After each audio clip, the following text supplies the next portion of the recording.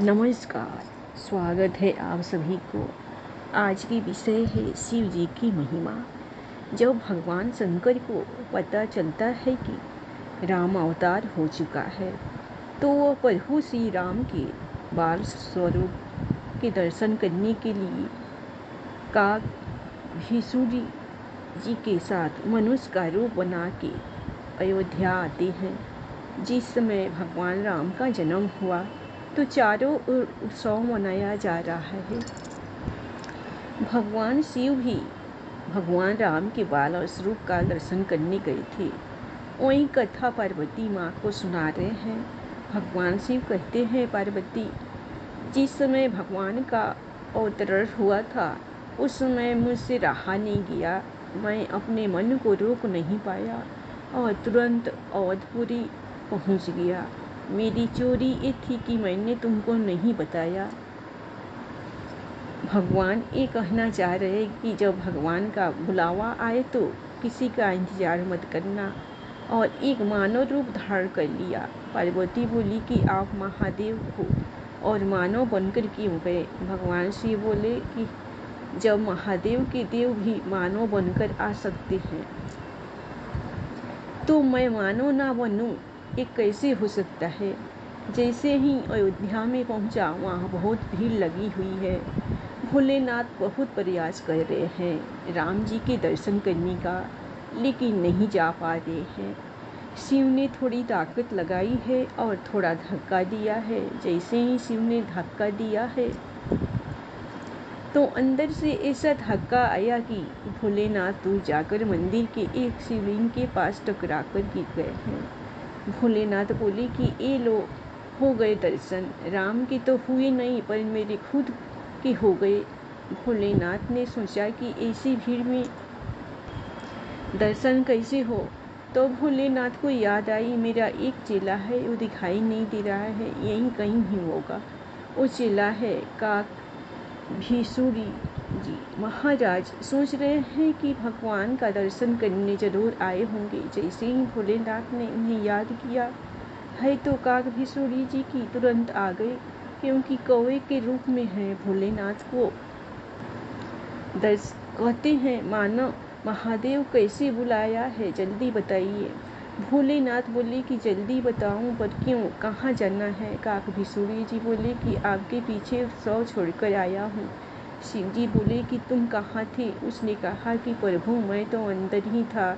दशरथ जी खूब आनंद उठा रहे हैं, बड़ा आनंद हो रहा है। भगवान शिव बोले कि बढ़िया बढ़िया है, मानो को तो भीड़ के कारण रोक सकते हैं, पर कौवे को कौन रोकेगा? वाह, चेला आनंद ले रहा है और गुरु यहाँ बैठा है। भोले बाबा कहते हैं कि चेला जी कोई युक्ति बताइए, हमें भी दर्शन करवाइए।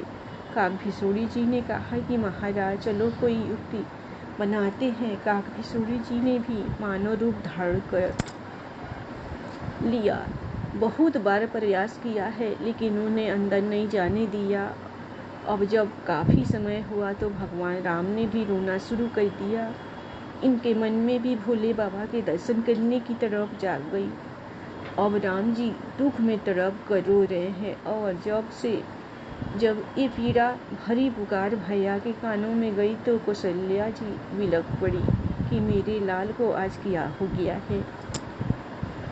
इधर भोले बाबा ने भी पूरा नाटक किया। भोले बाबा एक 80 साल के ज्योतिष बन गए। गोस्वामी जी ने गीतावली में इस भाव को बताया है और स्वयं ज्योतिषी बनकर काक भीषुरी जी को अपना शिष्य बना लिया और सरोवर जी के किनारे बैठ गए। जितने भी लोग रास्ते से आज जा रहे हैं भगवान शिव सबके हाथ देख रहे हैं और भविष्यवाणी कर रहे हैं। अब अवधपुरी में चर्चा शुरू हो गई, कोई बहुत बड़ा ज्योतिषी आ गया है। गोस्वामी जी कह रहे हैं, अवध आजू आगिनी एक आयु। जब भगवान राम ने रोना शुरू किया है तो माँ बहुत परेशान है। गुरु वशिष्ठ जी को खबर की गई लेकिन वशिष्ठ जी व्यस्त है।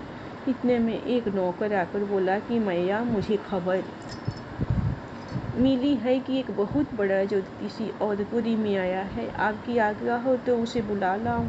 माँ तो परेशान थी। मैया ने कहा कि जाओ और जल्दी बुला कर लाओ, बस मेरे लाल का रोना बंद हो जाए। दौड़े दौड़े सेवक गए हैं। भोले बाबा सरयू नदी के किनारे बैठे हुए हैं। नौकरों ने कहा कि आप ही वो ज्योतिषी है जिसकी चर्चा हर जगह फैली हुई है। भोले बाबा बोले, तुम लोग कहाँ से आए हो?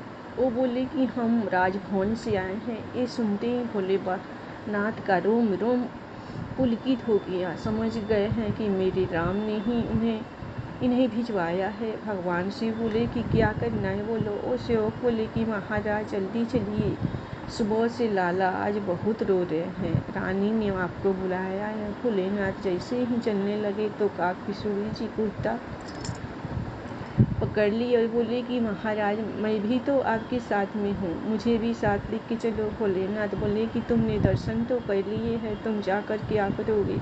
काकभीसुरी जी कहते हैं कि मैंने दर्शन तो किया है पर स्पर्श नहीं किया है प्रभु का।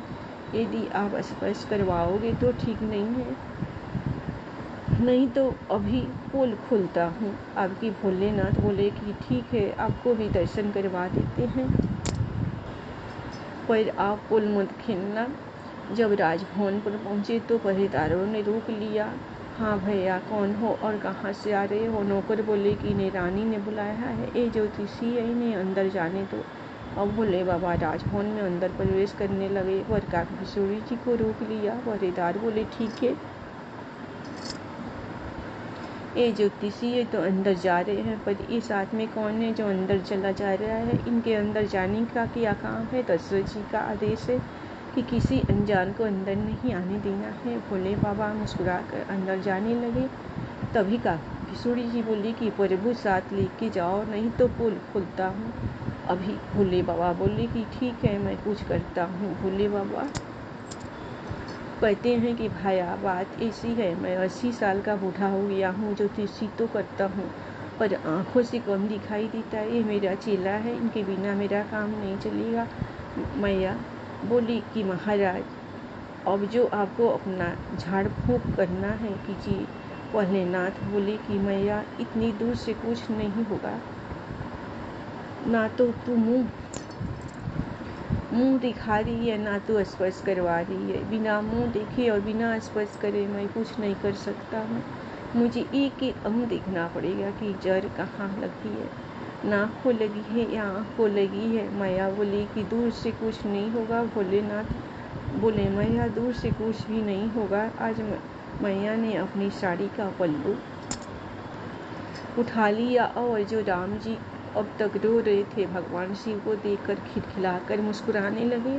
मैया बोली, महाराज आप तो कमाल के ब्राह्मण हो, आपने सिर्फ लाला को देखा ही है और लाला का रोना बंद कर दिया। भगवान शिव बोले कि मैया अभी तो नज़र पड़ी है और रोना बंद हो गया है, अगर तो गोदी में दे दे तो हमेशा के लिए आनंद आ जाए। और मैया ने तुरंत राम जी को लेकर भोलेनाथ की गोदी में दे दिया। जैसे ही भगवान शिव की गोदी में आए, मानो साक्षात शिव और राम का मिलन हो गया। भगवान शिव की नेत्रों से आंसू बहने लगे। अब तक जिस बाल छवि का मन में दर्शन करते थे, आज साक्षात दर्शन हो गए। भोलेनाथ कभी हाथ पकड़ते हैं, कभी गाल छूते हैं और माथा सहलाते हैं। भगवान राम भी टुकुर टुकुर अपनी आंखों से शिव जी को देख रहे हैं। जब थोड़ी देर हो गई तो काकभीसुरी जी ने पीछे से कुत्ता पकड़ा और कहते हैं कि हमारा हिस्सा भी तो दीजिए, आपने आनंद ले लिया तो मुझे पर भी कृपा करो। और भगवान शिव जब प्रभु श्री राम को काकभीसुरी जी की गोद में देने लगे तो माया ने रोक दिया कि इनकी गोद में लाला को क्यों दे रहे हो? भगवान शिव बोले कि माया मैं बूढ़ा हो गया हूँ, ये मेरे चेला है, ये हाथ